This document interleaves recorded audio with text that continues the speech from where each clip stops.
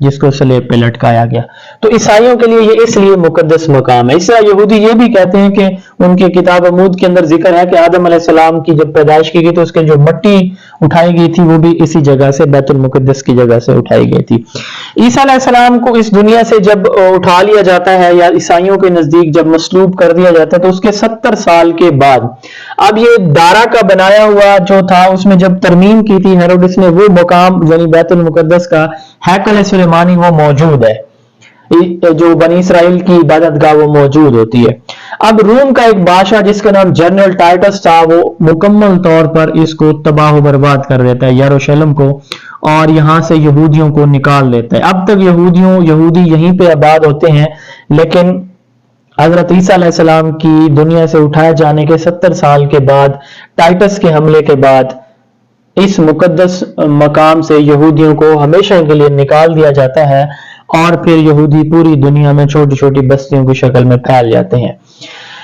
1800 سے 1900 سال تک یہودی دنیا کے مختلف علاقوں میں چھوٹی چھوٹی بستیوں کی شکل میں رہتے ہیں،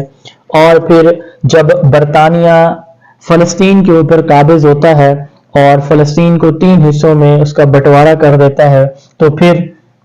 1948 کے اندر اسرائیل کے نام سے یہودیوں کو ایک الگ ملک جو ہے وہ ایک سازش کے تحت مسلمانوں سے علاقہ چھین کے ان کے سپرد کر دیا جاتا ہے. اس وقت یروشلم یعنی بیت المقدس ان کے قبضے میں نہیں تھا، بعد میں انہوں نے اس پہ زبردستی قبضہ کر کے یہودیوں نے، اسرائیل نے اس کو اپنے ملک میں شامل کر لیا اور اس کو اب انہوں نے دارالحکومت بنا لیا. یہ اس کی سٹوری تھی 1948 تک. اب ہم مسلمانوں کے لیے مسجد اقصی بیت المقدس اس لیے اہمیت کا حامل ہے. ہمارے آقا کریم صلی اللہ علیہ وآلہ وسلم کو جب اللہ نے معراج کے لیے 10 نوی میں اپنے پاس بلایا تھا تو آقا کریم صلی اللہ علیہ وآلہ وسلم کا آسمانی سفر مبارک زمین سے مسجد اقصی سے بیت المقدس سے شروع ہوا تھا. بیت المقدس کو جب ہم دیکھتے ہیں تو ہمیں 2 طرح کے گنبد نظر آتے ہیں، ایک سنہری گنبد اور ایک سرمئی رنگ کا. جو سنہری گنبد ہے یہ اصل میں مسجد اقصی نہیں ہے، اس کو قبۃ الصغریٰ کہا جاتا ہے، اور اس کے اندر ایک چٹان ہے اور اس کے نیچے ایک غار بھی ہے جسے غار انبیاء کہا جاتا ہے. اس پہ ہم ابھی تھوڑی دیر میں بعد میں بات کریں گے. تو یہاں سے قبۃ الصغریٰ جہاں پہ یہ پیلا گنبد بنا ہوا ہے تو یہاں پہ موجود چٹان سے آسمانی سفر شروع ہوا تھا. اس کے ساتھ ساتھ ہمارے نبی کریم صلی اللہ علیہ وآلہ وسلم نے اسی مقام پہ تمام صحابہ کی امامت بھی فرمائی تھی. 1.25 لاکھ تقریباً انبیاء علیہ السلام جو ہیں انہوں نے ہمارے نبی صلی اللہ علیہ وسلم کے پیچھے نماز ادا فرمائی. اور اس کے ساتھ ساتھ جب اللہ نے آپ صلی اللہ علیہ وسلم کو نماز کا تحفہ معراج پہ عطا فرمایا تو 16 سے 17 ماہ نبی کریم صلی اللہ علیہ وسلم اور صحابہ نے اسی بیت المقدس کی طرف رخ کر کے نمازیں بھی ادا فرمائیں، اور 16-17 ماہ کے بعد پھر جو قبلہ اول ہے ہمارا یعنی بیت المقدس اس کو تبدیل کر کے حرم یعنی خانہ کعبہ کو ہمارا قبلہ بنا دیا گیا تھا. اس وجہ سے مسلمانوں کے نزدیک، میرے آپ کے نزدیک یہ بہت اہمیت کی حامل ہے، یہ جگہ، یہ مقدس مقام ہے، اور اللہ تعالیٰ نے بھی اس کا ذکر کیا، قرآن مجید کے اندر بھی اس کا ذکر موجود ہے. حضرت عمر فاروق رضی اللہ تعالیٰ عنہ کو دور آتا ہے، آپ رضی اللہ تعالیٰ عنہ اس مسجد پہ، اس جگہ پہ تشریف لے آتے ہیں، اور اس وقت کے جو وہاں پہ عیسائی یہودی ہوتے ہیں رہنما، مذہبی رہنما، ان سے آپ پوچھتے ہیں کہ کہاں سے یہ سفر مبارک شروع ہوا تھا، تو وہ سارے نشاندہی کرتے ہیں. تو آپ رضی اللہ تعالیٰ عنہ وہاں خود صفائی کرتے ہیں اس جگہ کی، اس جگہ مسجد بنانے کا حکم ادا فرماتے ہیں، اور وہاں پہ آپ کے ہوتے ہوئے جب نماز کا وقت ہوتا ہے تو حضرت بلال رضی اللہ تعالیٰ عنہ وہاں پہ اذان دیتے ہیں، اور آپ رضی اللہ تعالیٰ عنہ، حضرت عمر رضی اللہ تعالیٰ عنہ وہاں پہ نماز بھی ادا فرماتے ہیں. اب یہ پہلی مرتبہ مسلمانوں کے دور میں وہاں پہ جب مسجد یہ بن جاتی ہے، بیت المقدس فتح ہو جاتا ہے، تو اس کے بعد 5ویں اموی خلیفہ 668 ہجری کے اندر جو ہمارے 5ویں اموی خلیفہ جس کا نام عبد الملک بن مروان تھا، وہ یہاں پہ مسجد کی تعمیر شروع کرواتے ہیں. عبد الملک بن مروان کے بعد اس کا بیٹا ولید بن عبد الملک وہ بھی اس کو آگے لے کے چلتا ہے. پھر اس کے بعد 1099 میں جب عیسائی بیت المقدس پہ دوبارہ حملہ کرتے ہیں، پہلی صلیبی جنگ کے اندر بیت المقدس دوبارہ عیسائیوں کے قبضے میں چلا جاتا ہے، تو عیسائی کیا کرتے ہیں، وہاں پہ کمرے بنا دیتے ہیں ذخیرہ اندوزی کے لیے، وہاں وہ کوٹھیاں بنا دیتے ہیں، اور اس کے ساتھ ساتھ وہاں پہ وہ اپنے گرجا گھر یعنی جو ان کے چرچ ہوتے ہیں وہ بھی وہ بنا دیتے ہیں، یعنی وہاں پہ اس کا تقدس پامال ہو جاتا ہے۔ پھر 1187 کے اندر سلطان صلاح الدین ایوبی وہ مسجد نبوی، مسجد اقصی کو یعنی بیت المقدس کو، قبلہ اول کو آزاد کرنے کے لیے عیسائیوں پہ 16 مسلسل حملے کرتے ہیں، اور آپ بیت المقدس کو وہاں سے آزاد کروا دیتے ہیں۔ آپ وہاں پہ ایک گنبد بھی تعمیر کرواتے ہیں، ممبر بھی تعمیر کرواتے ہیں، اور اس میں ایک محراب بھی بنواتے ہیں، ایک خوبصورت سا محراب بھی آپ وہاں پہ بنواتے ہیں۔ اور جب آپ اس کو فتح کرتے ہیں بیت المقدس کو، تو 7 دن مسلسل پانی کے ساتھ اور عرق گلاب کے ساتھ مسجد مبارک کو، مقدس جگہ کو پاک بھی کیا جاتا ہے۔ اس کے بعد یہ جو تعمیر تھی، اس میں بعد میں بھی تعمیرات ہوتی رہیں۔ 1969 کے اندر ایک یہودی، آسٹریلوی یہودی جس کا نام مائیکل روہان تھا، وہ قبلہ اول کے اندر ایک جگہ پہ آگ لگا دیتا ہے، جس سے سلطان صلاح الدین کا بنا ہوا وہ ممبر بھی جل جاتا ہے، اور مسجد کا ایک حصہ شہید ہو جاتا ہے۔ یہ مسلمانوں کی ہسٹری تھی جو میں نے بہت مختصر انداز میں آپ کو بتائی ہے۔ اب اس ویڈیو کا تیسرا حصہ ہے، وہ حصہ موجودہ صورتحال ہے۔ ہم اس میں مسجد اقصی کا موجودہ نقشہ دیکھیں گے، یہودی کیوں اب اس پہ آنا چاہتے ہیں، عیسائی کیوں جو ہے وہ ان کا بھی مقدس مقام رہا ہے، انہوں نے بھی اس پہ اس جگہ پہ قبضہ کیے رکھا ہے، اور مسلمانوں کا یہ مقدس مقام ہے۔ اب اس تیسرے حصے کو میں شروع کرنے جا رہا ہوں، جس میں ہم موجودہ صورتحال کو دیکھیں گے۔ 1948 میں جب اسرائیل حکومت بنتی ہے اور برطانیہ فلسطین پہ جو اس نے قبضہ کیا ہوتا ہے وہاں سے وہ انخلا کرتا ہے، تو اسرائیل فلسطین کے اوپر قبضہ جمانا شروع کر دیتا ہے۔ فلسطین پہ وہ پہلا حملہ مسجد اقصی پہ کرتے ہیں، مسجد کا کافی سارا حصہ اس سے متاثر ہوتا ہے۔ اردن کی حکومت اس کی اثر نو تعمیر کی پلاننگ کرتی ہے، اور 1967 میں فلسطین کے اوپر یعنی بیت المقدس کے اوپر اسرائیل مکمل اپنا قبضہ جما لیتا ہے، اور اسرائیل کا ایک گورنر یہاں پہ ہیکل سلیمانی تعمیر کرنے کا بھی اعلان کر دیتا ہے۔ اقوام متحدہ کی قرارداد کے بعد یہ فیصلہ کیا جاتا ہے کہ یہاں پہ کوئی نئی تعمیر نہیں کی جائے گی، یہ مسلمانوں کی پراپرٹی ہے،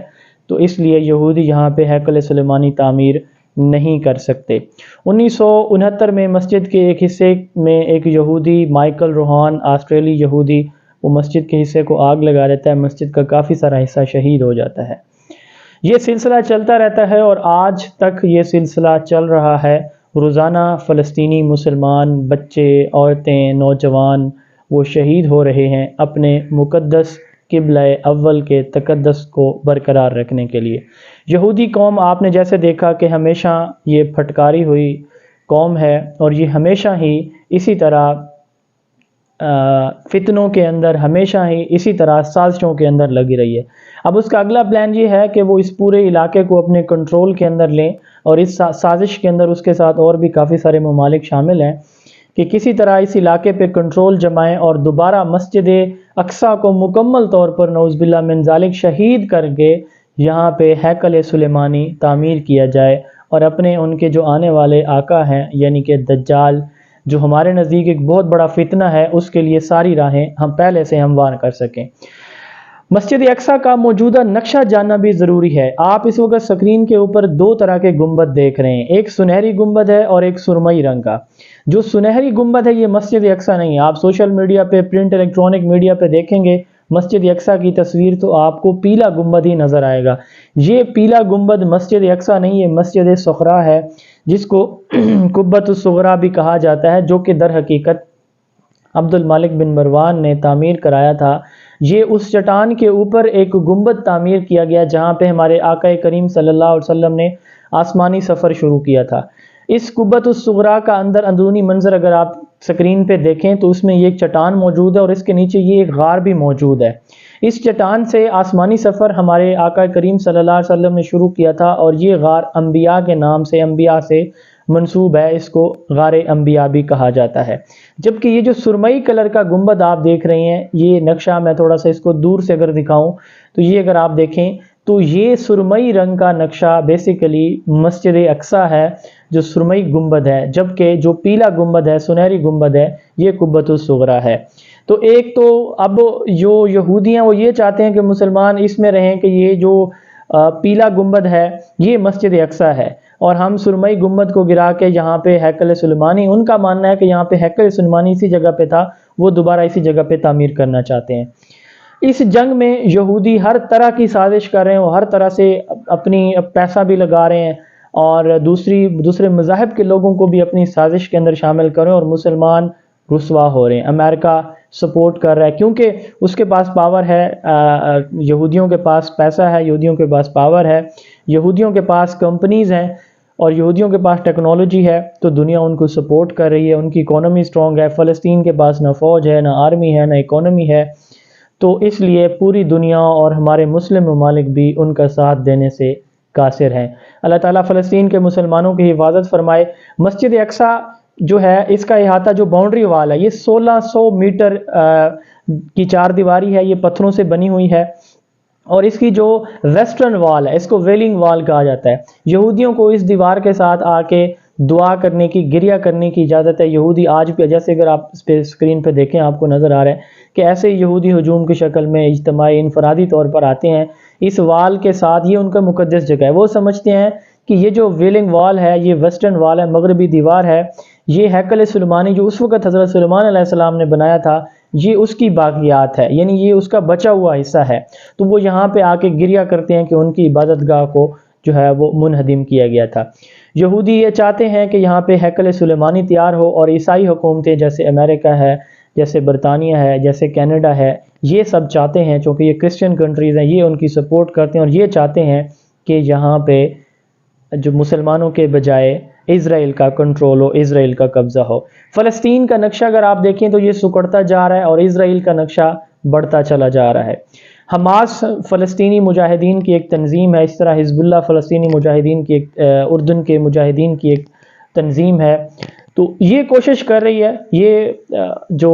اسرائیل کی جارحیت ہے، اسرائیل کی جو ظلم اور بربریت مسلمانوں پہ ہوتا ہے اس کا کبھی نہ کبھی جواب دیتے ہیں، اور یہ تاریخ میں ہولوکاسٹ کے بعد جب ہٹلر نے یہودیوں کا قتل عام کیا تھا، اس کے بعد یہودیوں کے نزدیک، اسرائیل کے نزدیک یہ ان پہ دوسرا سب سے بڑا میجر اٹیک ہے۔ اللہ تعالیٰ فلسطینی مجاہدین کی حفاظت فرمائے، فلسطینی مسلمانوں کی حفاظت فرمائے۔